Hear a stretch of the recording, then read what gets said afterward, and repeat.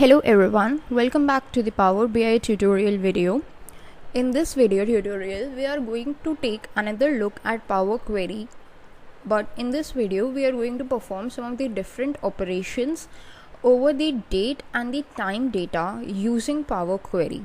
Okay, so we have seen some of the date operations that we can perform through Power Query editor in Power BI in the previous video.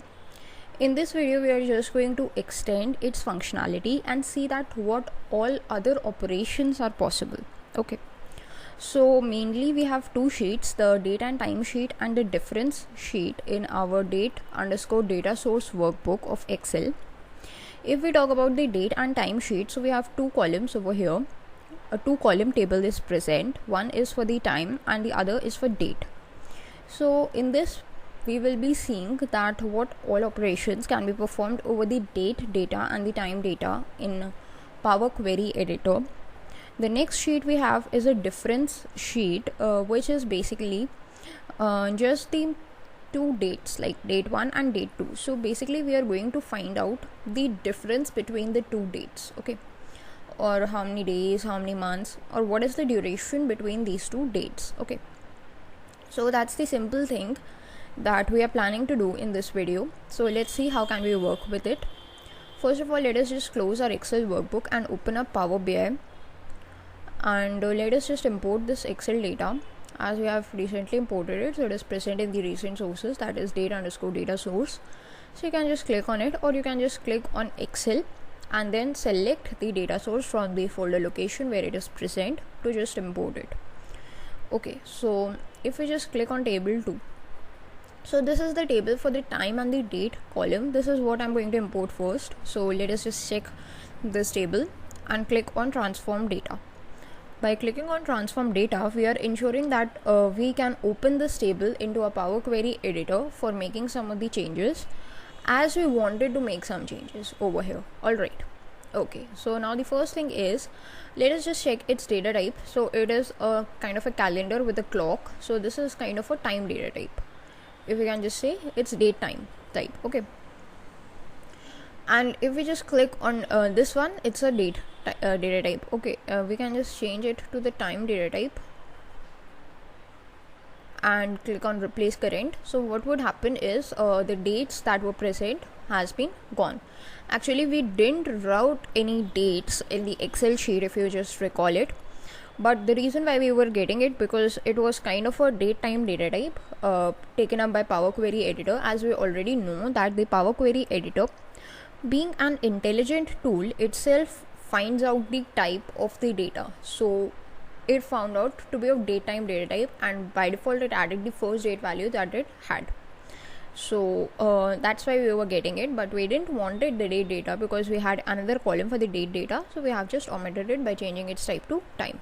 Okay, now there are two options of either transform column or add column. Both of them are used to perform the functions over the time data, and the difference is the transform column would transform or change this particular column, or the add column option would add a new column. So as soon as we clicked on add column, and since our time column is selected, you can see from date and time group, this time is enabled, all the other things are disabled. Like we cannot perform any of the numerical functions over here, we cannot perform any of the date functions over here, or the duration functions over here. That is another advantage of Power BI. Now if we just click over it, we can see there are these different options available to us. Okay, now one interesting thing to note, if we just remove this step, then what happens is we are getting this date and time both in this field. Okay, we can just change it type to date/time. So we are getting date time, that is 31st December 1899. That's the first date in Power BI by default. So that is why we are getting it, and we are also getting the time. But we only wanted time. So one step I showed you that you can just change its type to kind of time. Or what you can do is you can just select that column, go to this time column and select on time only. Or what you can do is you can just go to date column and select on date only to just extract either the date or either the time only thing. Okay, so that totally depends upon you whether you want to extract the date or whether you want to extract the time. So I want to extract the time, but I don't want to add a new column, I just want to transform it. So I can just go to the transform tab, Here also you can see the time function is present over here, so I can just click on time only, and you can see that we have extracted time, which is shown over here in the extracted time steps. Okay, so the step is applied. Alright, and now we have got the time data. So let's just go to the add column. What all operations can we perform on the time, like hour? So if we just click on hour, what happens is we get a new column by the hours. Like it was 12:30 p.m. so we are getting 12 as the hour. 2:21 a.m. we are getting 2 as the hour, and 10:45 a.m. so we are getting 10, and so on. We are getting all the hours mentioned over here. In the same way, we can also extract, like this is a time thing, so we can just click on it, and we can also extract like minute. So if we just click on it, you are getting like 30, 21, 45, 21, 34, 12, 12, and 2 for each and every one of them, which is absolutely correct. And the third option we have is for the second.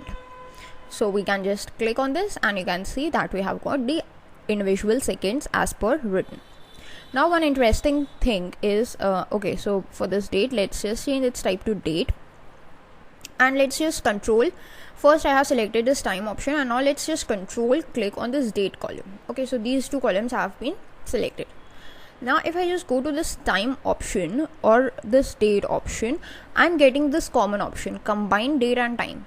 So if I want to combine them, if they are split into two columns, I can just combine them into a single column as well. So I can just click on this combine date and time, either from the date column or from the time column. Since I was working with the add column option, so new column has been created whose name is taken as merged, and its type is date time type, and I have merged the date data type along with the time data type for all these values. So if you want to just change its value, you can just double click over here, and you can just change the heading of the column as date time. So what would happen is now we are getting date time types over here. Now this is the operations that you can perform over the time data. As far as this date data is concerned, these are all the operations which we have already seen in the previous video, so it is no need to reiterate the things. Okay, so if you want, you can just go to home and select on this close and apply option, so that all the changes that you applied in your table would be applied over there, and then the updated table would be loaded into the Power BI desktop app for usage. So this was one table. We have another table that was the difference table or the difference sheet in which we had the table. So we can just go to the home tab, recent sources, data source once again, so that we can perform over our operations on table 5. So this was table 5 with 2 dates given, date 1 and date 2. So let's see what happens. We can just click on it and select on transform data. So we basically want to find out the difference between 2 dates. Okay, so how can we do that? Let's see. Okay, so if we just take a look over here, we are having a mix match of values. Okay, so what we are going to do is first of all make sure that both the columns are selected. So what we can do for this is very important step.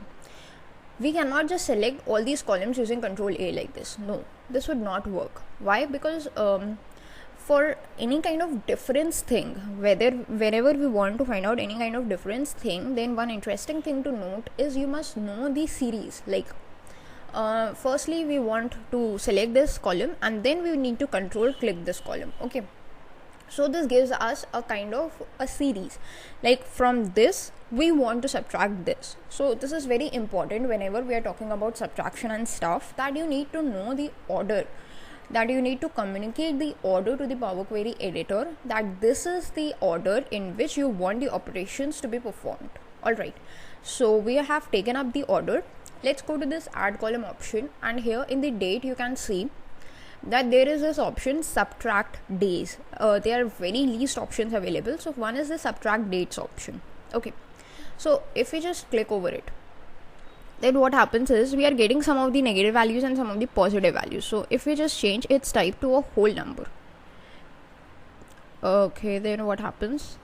Basically we are getting the values, that is what is the difference between them, how many days difference from 4th January 2019 to 3rd March or to 3rd December 2010. we are having the difference of these many days and whatever it is, we are getting the difference between the days between these two dates. Okay. Another thing is that you can just select these two columns once again by control clicking them. Select this whole column, control click this whole column, and if you go to this date, we are having two more things like the earliest. If you just click on it, then what happens is out of these two columns, whatever is the earliest column is listed over here. Like you can see in the first row, this column is the earliest, so it is listed. In the second row, the first column is the earliest data, so it is listed over here.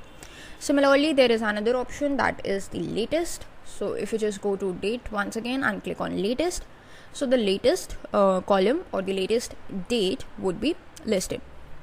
Now if you want to get only the positive values, you can just select both of them and go to subtract days, and then you can see that you are getting all the negative values basically, or you can just change the order, that is latest minus earliest, to get the correct or the positive values for subtraction. So you can just go over here and control click over here, go to date, subtract days, and you can see we are getting all the positive values. So that is the power of the Power Query editor, and this is all for this video. Thanks for watching.